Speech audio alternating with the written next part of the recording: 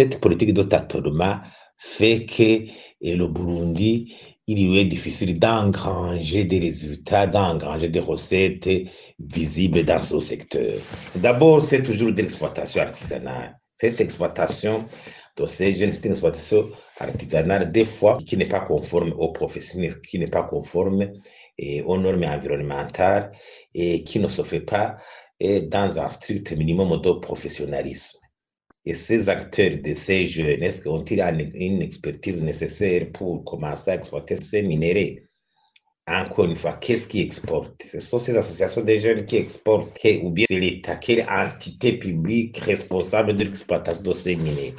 Encore plus, ce qui est intéressant dans le processus d'exportation, ce sont les recettes qui en découlent. Est-ce que les recettes seront publiées? Le montant de ces ventes sera publié et voir comment il a été utilisé à la Banque centrale pour étancher, contribuer à étancher ces problèmes liés à l'arrêté des produits de première nécessité comme le carburant.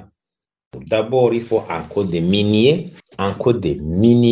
complet parce que le code minier actuel manque encore certains textes d'application et qui est suivi et qui est mis en application et qui guide toute politique minière dans notre pays. Et la politique minière doit aussi être tracée, la stratégie minière qui trace le contexte, les défis, quelle est la trajectoire pour relever ces défis petit à petit. Troisièmement, il faut actualiser la carte minière, savoir quelle quantité de minéraux regorge notre sous-sol, savoir les localiser. Il ne faut pas continuer à épingler le colonisateur comme quoi il nous a caché tel ou tel autre minéraux. Il faut savoir actualiser notre carte minière. Quatrièmement, il faut une bonne coordination institutionnelle, la collaboration des institutions, le ministère, les agences de régulation, les cadastres miniers, il y a le laboratoire, il y a la BRB, il y a les douanes, le ministère du commerce. Il faut vraiment une coordination institutionnelle nécessaire pour que vraiment la collaboration vraiment enregistre des résultats